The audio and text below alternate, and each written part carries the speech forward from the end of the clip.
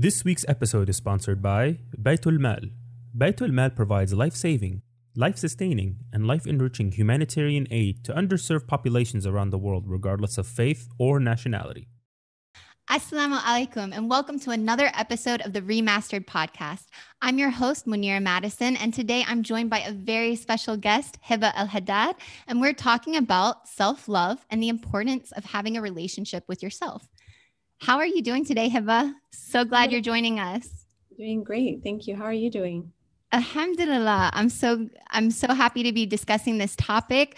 But for our listeners who may not be familiar with your work, Heba received her undergraduate degree from UC Irvine in psychology of social science, later earned a master's degree in clinical psychology, and is currently pursuing her doctorate degree in clinical psychology with California Southern University. MashaAllah. Heba is an affiliate of the Stanford Muslim Mental Health Lab, which focuses on providing resources for clinicians, researchers, and community leaders working with the Muslim population. Believing that prevention is superior to intervention, she has worked on promoting awareness on a wide spectrum of topics through seminars, workshops, and lectures through her previous role as a mental health instructor at Kaiser Permanente and currently as a Khalil Center practitioner serving Zaytuna College. Heba is part of a group of clinicians and scholars who contributed to publishing the new text on the TIIP model, that stands for Traditional Islamically Integrated Psychotherapy, entitled Applying Islamic Principles to Clinical Mental Health Care for Muslim Practitioners Nationwide. MashaAllah. Sister Heba, that's a tremendous amount of work, and how you're contributing to really revamping mental health and how we think about it in our community is so vital. Jazakallah khair for all the work that you've been doing. Thank you so much. So today we're talking about self-love, self-care, really getting to know oneself. Let's start off. Why is this important? Especially like as Muslims, why is this an important topic? Yeah, thank you, Munira. Beginning in my master's program, when I had to do my residency hours, I think it really highlighted for me why this topic was important, because one of the first cases that I encountered was with a middle-aged, client who had a very turbulent relationship with herself. And it got to the point of, suicidal ideation. And as a result of a relationship that she was involved in that didn't work out. Yeah. And so it was just to that point, right? A relationship doesn't work out. So therefore, I'm not worthy. I'm not good enough. And there's no point in me living or continuing to live. And so it really got me thinking from that point on. And when we view individuals in the world, and then we think about our relationship with ourselves as well, so many things will bring that out of you, or will make you think about that, that relationship with self. And when, you look at, I think it's really important when we think about self-love, we also think about the beginning of our creation. Yeah. And how we were created and how Allah subhanahu wa ta'ala perceives us, because we are his creation. And, when I think about anything that we make, right, and it might be as simple as a dish that you make for your family and loved ones, or something that you create by hand. And the more time that you put into it, it's kind of a by default, you're going to really love that thing that you put so much time and energy and effort into. And I think, subhanAllah, it's understanding that you can't love yourself if we don't know how we were created by Allah subhanahu wa ta'ala. And I think when we think about like the creation of Bani Adam, right, when Allah subhanahu wa ta'ala states in Surah Sad, ayah 75, "O Iblis, what prevented you from prostrating unto the one that I created with my two hands?" And that is only reserved for the human being. That, that effort and that, attention to like detail and, is only, that's the way that the human being is distinguished from all other creation. Mm-hmm. And we know that it's not literal, of course, but it just signifies how much Allah subhanahu wa ta'ala loves us, and how much Allah subhanahu wa ta'ala has, how much effort Allah subhanahu wa ta'ala has put into our creation. And so it's thinking about that, and, you know, understanding that first and foremost, you know, if Allah loves us that much, then we are also instructed to love that which Allah loves. Exactly. And so it all comes full circle. Like Allah loves, you know, Allah loves us. Allah, you know, created us, and he references it as created man with my two hands. Even though we don't attribute Allah to having hands, but it just gives you that sense of meaning that, wow, you know, we're really loved and cared for by our creator. And so therefore, if Allah loves us, then we must love ourselves. And yeah, it's like this whole, you know, so much can be said about that, but I think we have to beginning point. Yeah. I mean, that's such a beautiful connection, because oftentimes I hear this struggle, you know, today with, okay, can I really love myself and really take care of myself and really love God? And to see that connection between honoring Allah subhanahu wa ta'ala by learning more about ourselves and loving ourselves. It reminds me of the quotation, you know, to know oneself is to know God. And I often take that back to like, love oneself is to love God, or to love God is to love oneself, rather. Yeah, definitely. So I think like the confusion that comes in, you know, your current research is on postmodernism and its impact on the field of psychology. You work a lot with Muslim populations and Muslim youth particularly as well. So do you feel that postmodernity has impacted our understanding of self-love and kind of destroyed it almost in a way where we feel that it is the opposite of learning to love God? That's a really important question, because what I'm seeing, and of course, none of what I say is definitive, you know, but I'm just speaking to what I see in my work and in my research and in my studies, etc. And I think each person has a different vantage point. When we bring it all together, it forms a more complete picture. But I think just from my perspective, I think postmodernity and the postmodernist agenda really externalizes this concept of self-love and self-care. Right. And what I mean by that, it's like, oh, you know, if you love yourself, then you're going to go get that $500 massage, and you're going to go get that mani-pedi, and you're going to go and indulge in some chocolate cake. And it's all about indulgence, right? And the more that I love myself, the more that I indulge. And what that actually ends up doing is you're feeding that aspect of you that's the nafs and not the ruh. Yeah, you're feeding that capitalistic ideology, right? Exactly. That lower self, that lowly self. Yeah. Because subhanAllah, Allah subhanahu wa ta'ala has created us. You know, Imam Zayd Shekhar talks about this in an article in Renovatio, and he states that, you know, the human being is also distinguished because Allah subhanahu wa ta'ala created the human being to be upright. And we have animals that stand on 2 feet, but their torso is like facing down. And so we are, you know, upright, and then our torso is also facing, is also upright. And then also your heart is facing outwards. And so, you know, when we greet one another, we have a metaphysical connection because your heart is facing me and my heart is facing you. And so when we embrace one another as brothers and sisters, there's that love and metaphysical connection. And so I say that to say that we have this non-physical reality of sociability. And that is, you know, it accompanies that physical distinction of Allah creating us upright. But there's a whole metaphysical aspect of us that isn't addressed by postmodernism. Right. And it's like, you know, it's my spiritual heart and what it is that I'm feeding.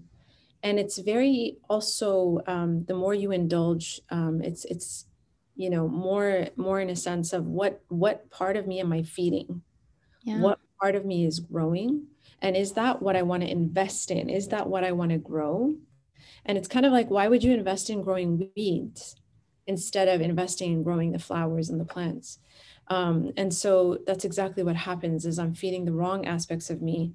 And yes, we have a need, for food and drink and connection. And that's why I was talking about the sociability, right? Is because we have that need for connection, but not just physical connection with a partner or a loved one, like as in a spouse or your family, but you also have a need for, you know, that ruh, you know, connecting with that self first and foremost, is being connected to my source. You know, it's kind of like, you know, you want to charge your iPhone, and you know, when you're far away from the charger, it, you know, the connection kind of dies out in certain areas. And then the closer that I am to the source of connection, the more I light up and the more I come to life and the more alive that I am. And so a lot of things about this world, the more you indulge, the more you become disconnected from self, which is my ruh, which is, you know, what Allah blows into us from his spirit. So that is the soul aspect. So, you know, it's this part of us that we wouldn't be alive without the ruh. The ruh is this essence, or latifa rabbaniya, that actually brings you to life. And if I take that, you are deceased, you are no longer alive, you're no longer functioning. And so much of this world like disconnects us from the ruh and brings us more into this world, like you were saying, like that materialism, capitalistic type of world. Right. And we become like so fragmented, and we lose a sense of, what is my purpose? Why am I here?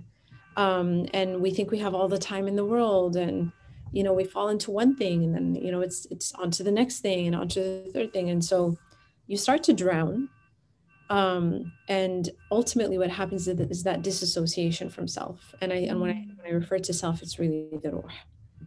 And actually, I think, like, you know, as you were describing this disassociation, I think because we have this distorted idea of self-love and self-aware, I mean, not even self-awareness, right? It stops at self-love and indulgence. That really disconnects us from being fulfilled by what is truly fulfilling and understanding that that is truly fulfilling. SubhanAllah, I see oftentimes this cycle going where someone feels unworthy and they don't have self-love. And so they feel unworthy of God's love. And so they stop practicing, or they stop, you know, praying or attending the masjid. And in reality, based off of what you just said, that's exactly the opposite of what we should be doing to return to self. So for those who are out there who are feeling really down on themselves right now, what are some first steps that they can take that will lead them to a path of true self-love? There's something really important to take into consideration when you talk about that, in the sense of, you know, feeling unworthy and feeling a lack of love. And something to really explore is, where does that inner critic come from? Why does that voice speak to you that way? And why isn't it a loving voice, a nurturing voice? Why is it a love that is filled with so much criticism and harshness and self-loathing and hatred? Right. And I always invite people to kind of go back to their childhood for this sake. It's not important always to explore your childhood for certain things and certain aspects, but in certain aspects, it's wise, because you come to an understanding as to, how did I get here, and why am I filled with so much hate towards myself? Right. And why can't I love myself? What is this barrier, and why is this barrier so high? And so it's just inviting people to reflect on, how were you spoken to as a child, from your earliest memories that you can recall or conjure up? And, you know, how were you loved? How did you understand as a person that I am loved? You know, my parents love me, my caregivers love me. Whoever it is that takes care of me really loves and cares for me. How did you understand that? Right. And that is something really important to ask yourself, because a lot of people, especially in our cultures, our love was very service oriented. So it's very external, in the sense of, you know, if your mom cooks for you and cooks for the family, that was her saying, I love you. Exactly. Yeah. And you matter, right? And it's like, and if my dad went to work and exhausted himself and, just, came back at the end of the day. He just didn't have any energy to be present with you as a father. Maybe that was his way of telling the family that I love you and I care for you, because this is why I'm, exposing myself to this, or putting myself in that type of situation that may not be really rewarding. I don't think our parents ever spoke of their jobs as something that was so rewarding and something that they loved and that they really enjoyed. It was really more of this thing that I have to do this for the sake of my family. And that was, more of like the first generation here in the US. Right. Showing love through sacrifice and obligation. Yes. Exactly. And you hear this from moms too. I sacrificed my whole life for you guys. And here you are not appreciating anything. And all I get back from you is like criticism and, et cetera, et cetera. And so it's like this whole narrative that I'm sure so many people who are listening can it resonates with them and they can relate to.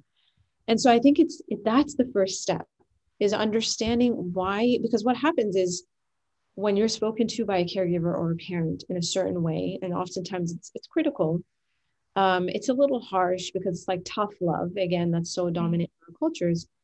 And it's very different than what parents of today are being taught. And you have to unlearn so much of that and relearn how to express love in a very different way.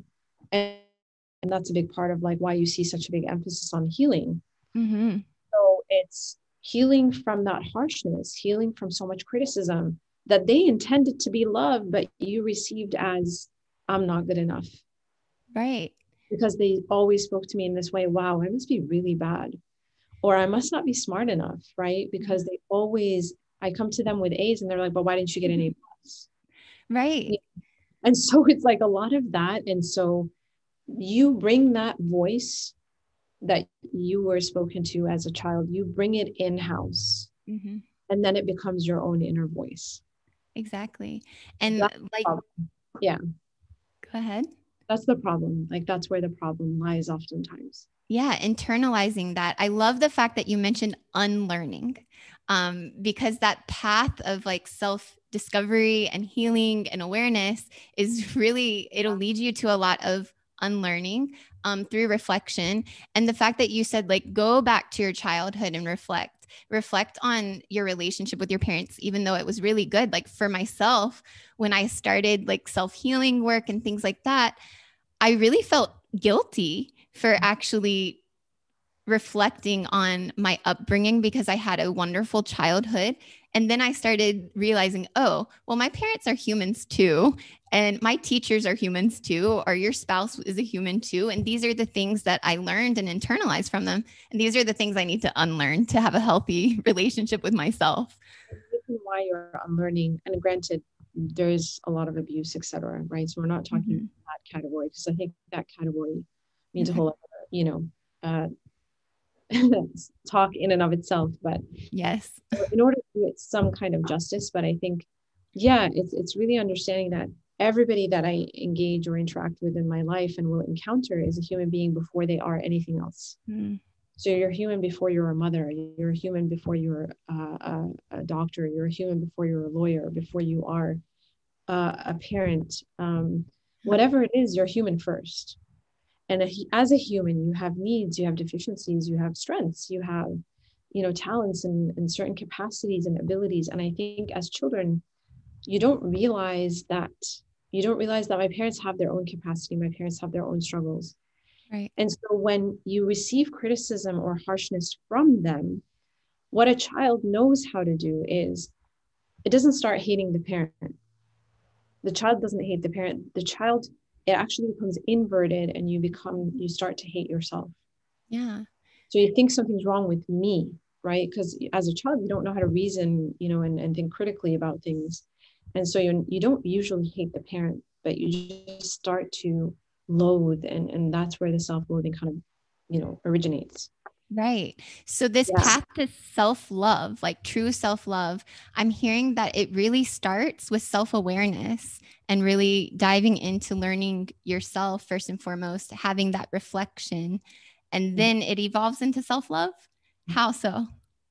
And so it's, understanding also that reinterpreting. I think a big part of therapy too is narrative development.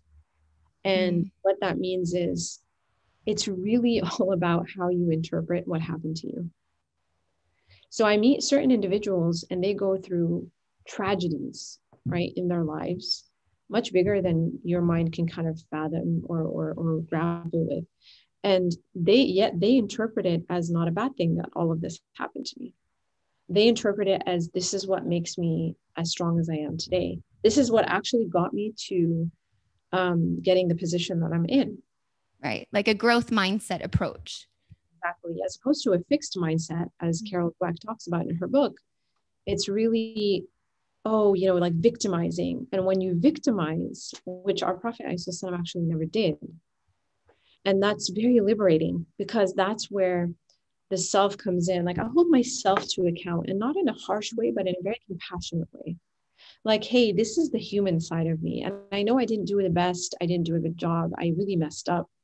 And I really wronged the other person. I really wronged myself. But it's understanding that, we have to have that compassion for self, because we are human, and it's really the affliction of being a human being, first and foremost. Yeah. It's never going to be perfect. I'm always going to have mess ups. I'm always going to fall. But the key is understanding, how can I make it better next time? What didn't I like about what I did that I can actually improve upon? And maybe I can consult with this person. Maybe I can learn this. Maybe I can polish the heart in a way through this dhikr or through this, type of practice. And this is where really what we're talking about is muraqabah and muhasabah. And the whole process of tazkiyah.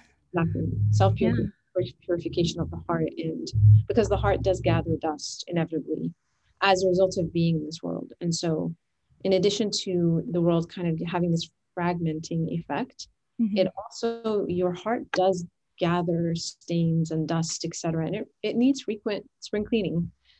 And so it's really thinking about it in that way, is understanding that I have to have that self-compassion. And I think it's shifting from self-esteem, because there's a lot of emphasis on having high self-esteem, but there's actually research studies that show that there are criminals who actually have really high self-esteem. That makes sense. Yeah. And is that really what we should be teaching kids in school, is just having high self-esteem? Because that's based on achievement. Right. Like confident self-esteem. Okay. What about self-worth, self-value? Yeah. And I think now that the emphasis is on moving it more in the direction of self-compassion. Because if I'm authentically compassionate with self, and we see that exemplified in the Prophet's life, he had compassion for himself in certain incidents. For example, like when Wahshi killed his uncle, Hamza, and he forgave Wahshi when Wahshi decided to convert to Islam. But then he also told him, but I can't see you again. Right? So I forgive you, and you are more than welcome into the folds of the faith. But it doesn't mean that I have to subject myself to seeing you over and over and over again, because that's re-traumatization. Boundary setting, right there in the seerah. But you don't take it to an extreme where it's like, I set boundaries with everything. Again, that's more postmodernist, right? That's what we were talking about, is making you fragile and not resilient. Because if I shut everything out, my parents are toxic, and my sisters and brothers are toxic, and my husband is toxic, and you know what? Everything is toxic. Right. Then what begins to happen is that I start to fear everything, because I start to have this inner belief that I can't handle anything, or that my ability to handle things is so low. Yeah. So you know what? I actually just become very isolated. Yeah. We know based on that hadith that you're not supposed to be isolated and on your own. You need to actually be with the mainstream ummah, the main ummah, because you're much easier to target by Satan when you're kind of the lone sheep. Yeah. And so it's really important to stay with the ummah, even with all of its deficiencies and idiosyncrasies and all of that. So it's just no person is going to be perfect. And when I'm self-compassionate, I understand that first and foremost about myself. And And like Imam al-Ghazali says, oh my eye, all men have eyes. So if you're so good at picking out the defects and flaws of other people, other people can also see your defects and flaws, but maybe they just don't tell you. Right. Maybe they fear telling you. Maybe, you are very overly defensive. Maybe you don't even give people an opportunity because you're so avoidant in your personality. And so people can't even talk to you. Mm-hmm. And that's another thing, is you become so fragile that people have to constantly walk on eggshells around you. Right. Oh, I can't talk to her this way because she gets really upset. And she said I can't use that word with her because right. And it's not at all to put down boundaries, because we have boundaries in Surah An-Nur. We have boundaries all over the Quran. But it's really within moderation, just so that I don't handicap myself. And with compassion, like you said, it goes back to compassion and understanding, and really a level of self-awareness that you're not necessarily, putting boundaries, like you said, oh, you get a car, you're toxic, not like that, but really understanding the impact of the relationship or the circumstance on you and setting a healthy boundary compassionately. And I'm sure people are wondering, does that mean nobody's toxic? And that's not the case, because we know throughout the Quran that there are certain personalities that we were, through the stories that were revealed throughout the Quran. And it's interesting because it's revealed as stories, because that's what appeals to human beings. In the human mind, it's been proven, is you relate to things more when they're really, it's narrated as a story. And so we know through the examples of Fir'aun and, so many examples throughout the Quran that, but Allah still commanded Musa to speak to him kindly. So even with those who are quote unquote toxic, how do I engage with them? How do I interact with them? Of course, this is based on your capacity. Some individuals were greatly abused. And at that point, you really have to put up your boundaries. You have to protect yourself, because that's part of your obligation to self. Part of self-love is learning how to honor myself, as opposed to vainly just holding myself in high regard as though I'm untouchable. So learning how to honor oneself instead of holding one vainly in self-regard. I love that, because that's what we're taught by this society is, you're beautiful and you're amazing, you're fantastic, and and yes, you are all of those things, because you obviously by default, because of who created you. Right. But at the same time, don't also be blinded from looking at yourself through a realistic lens, through the lens of reality. And that is, I also have my weaknesses, and I can't be blinded from seeing that, but when I'm vain, I can't see that. Right. So it's honoring self is knowing when to draw the line in a loving way. Like, I can't let this in. I can't let this person close to me. Because if I allow them to be close to me, I'm going to be harmed again. And Allah obligates me to protect myself, because it's a means of honoring this very valuable ruh that is a part of Allah subhanahu wa ta'ala. So you have to protect it. Exactly. But it's also at the same time, my walls are not so high that if this person changes, I'm not even able to give them a second opportunity, a second chance. Right. So it's like, it's just finding that balance, and that balance looks different for each person based on their own personal experiences. We're not talking here about this is what works for everybody, but what we are saying is just raising awareness about the topic in general, and then each person can take it and say, well, how does this apply to me? Exactly.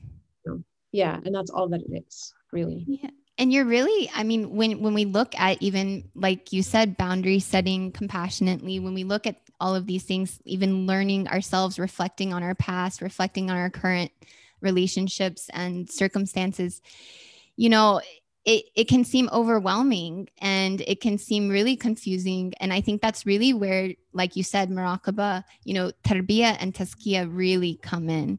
So if somebody has really never ventured on the path of like tazkiyah or tarbiyah, it's something they've heard about, they've attended halakas, they're going to their masjid, they're engaged in their community, but they're like, okay, how do I take the first step to really venture into true self-awareness and self-love through these forms of worship and understanding? Do you have any resources, or do you have any steps that you would suggest to those listening? Big time. And one of the things, at Khalid Center, for example, the reason why it was called Khalid Center is because each one of us is intended to be a Khalid to the individual that I'm working with. And a Khalid is one of the highest forms of an intimate companion. You get to know someone on a very close and intimate level. And they actually bear everything, that they want to work on to this Khalid, to this individual that is walking alongside them. Mm. So we're not walking ahead of that person. We're walking right next to you. And so, hey, like, I understand this is what you're struggling with, right? And you serve as a mirror for that person. Are you seeing things according to how they actually are? Because maybe your self-loathing is on a whole other level that you can't see any of the things that you were blessed with. Right.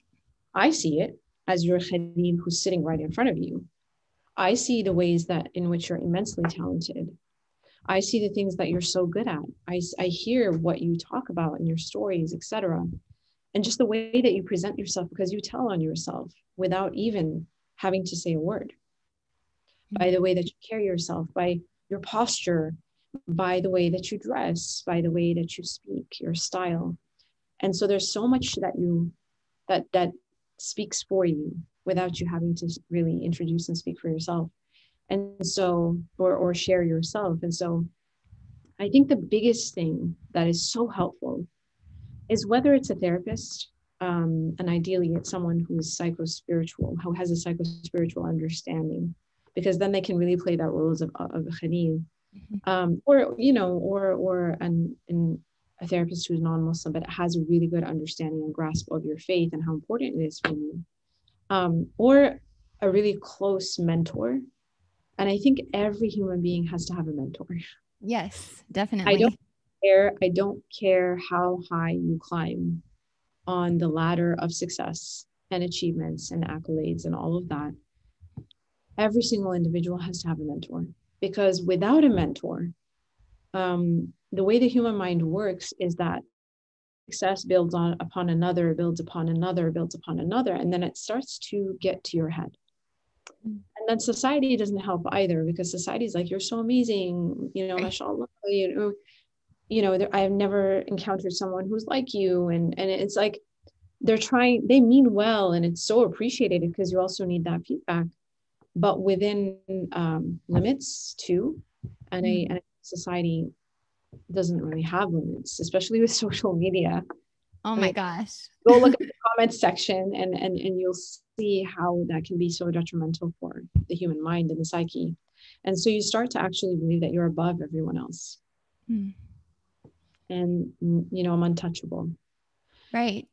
And that actually, is a whole topic of, thinking about, moral licensing, especially for us as Muslims, is that I start to give myself a license to indulge in things that are slightly haram, right, slightly bad.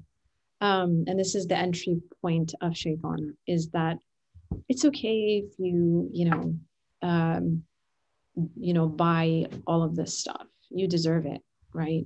Mm-hmm. And then it becomes like one thing becomes a bigger thing, because the more you feed the nafs, the more the nafs grows. Right. And it's really what you feed. Again, it's based on your diet, right? And not just the diet of consumption, but also like, the consumption of the eyes and the ears and the heart, etc. Yeah. And so it's like assessing that too. And, it's all of these things that you begin to indulge in because you give yourself a license, because I've been so good.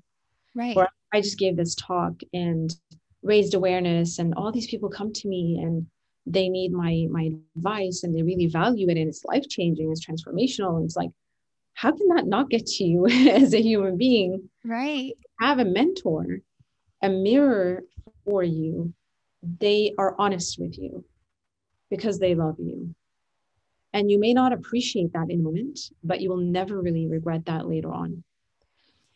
Because they're helping you to save yourself. And that's why I love that you were part of publishing the traditional Islamically integrated psychotherapy part.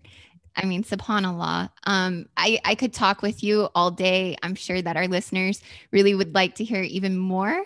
But we are at our time right now. And I would love to kind of wrap up with some of the takeaways that are coming from this episode, inshallah. Yeah. And I would say that the three takeaways are that understanding that self-love is more about learning how to honor and respect yourself, then holding yourself in high regard and from a lens of like vanity and self-admiration, ghurur, right? Second thing is that the essence of honoring ourselves is really, and I'll just kind of mention this really briefly by a statement by Ibn al-Qayyim. And he states that when you are defeated, no one will give you victory except your determination. And your ability to stand up again and carry on is your responsibility. And so understanding that we have a responsibility to care for ourselves because of who created us, right? We have to honor ourselves in that way. We make mistakes, we fall, we pick ourselves up, dust ourselves off, and keep going. And renew your intentions at every phase. And then the third is recognizing the gifts that we've been blessed with, right?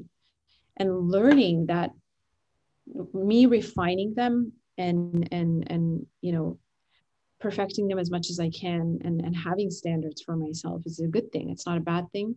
And recognizing the strengths and talents and skills and capacity that Allah has given me, and not allowing the outside world and their judgments of it to bring me down. No, I know who it's from. And because I know who it's from, I honor it regardless. Yes. Right? Because people only, you know, make comments about things that they're often jealous of or insecure about, or, you know, want it themselves, or because why feel the need to remark, right? And so that's ultimately, that's one of the best forms, is recognizing Allah's blessings within myself and in my life and how it manifests in my life. And that leads me to gratitude and humility, as opposed to self-admiration and looking at myself from more like from a lens of vanity. Exactly. What a beautiful summary and such applicable takeaways. I think those speak to everyone listening, regardless of their circumstances and where this season they are in life. This has really been an inspiring conversation, Sister Heba. Thank you so much. Jazakallah khair for joining us. Where can we check out some of your work? So some of my work is usually, you know, through the Khalid Center website, you know, talks and workshops, etc., that I give with our incredible team and with other individuals outside in the community as well. And also some of my thoughts that I share with the world, in case it can be of some benefit, is on Hebaisms on Instagram. Hebaisms? Yeah. On Instagram. How do we spell that? HEBAISMS. Awesome. I'm going to follow you today, inshallah. Jazakallah khair once again, Sister Heba, for joining us. So nice talking to you. I really appreciated your thoughts as well and your feedback. Thank you, Munir. Thank you. Well, thank you all for listening to our lovely listeners. This is Munira Madison signing off until next time with the ReMAStered Podcast. Assalamu alaikum. Alaikum assalam. This week's episode is sponsored by Baitul Mal. Baitul Mal provides life-saving, life-sustaining, and life-enriching humanitarian aid to underserved populations around the world, regardless of faith or nationality.